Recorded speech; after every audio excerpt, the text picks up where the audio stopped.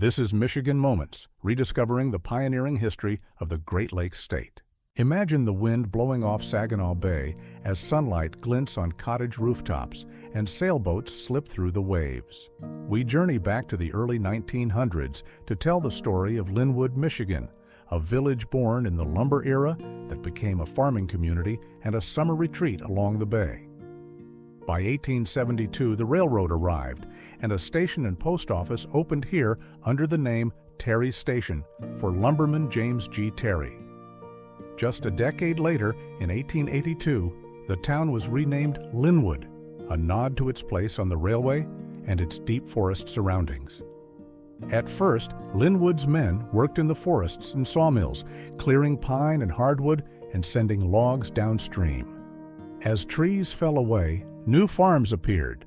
French-Canadian settlers, among the earliest residents, broke ground and planted crops. By the early 1900s, the farms here were known for rich vegetables, dairy, and sugar beets.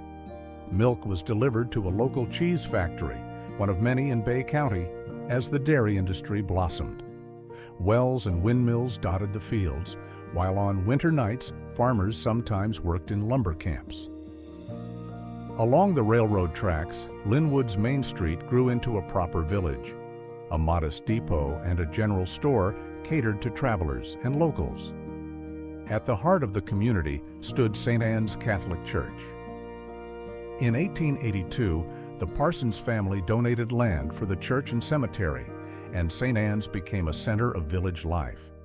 Here, children went to Sunday school, and townspeople held ice cream socials. The church's tall steeple and parsonage anchored the town. By the 1910s, Linwood was also a summer getaway.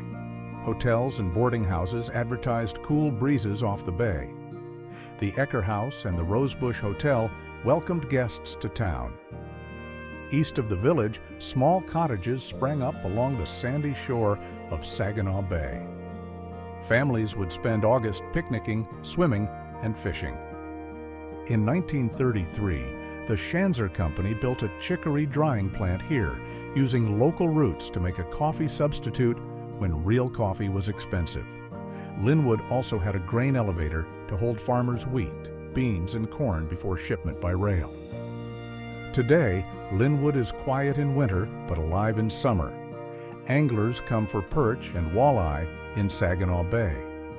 Linwood's story is the story of many Michigan villages, starting as a lumber camp, thriving on farms and railroads, and finally finding a new life on the sunny shores of the Great Lakes. Thanks for watching. Please follow us for future episodes. Michigan Moments, offering bite-sized morsels of Michigan history.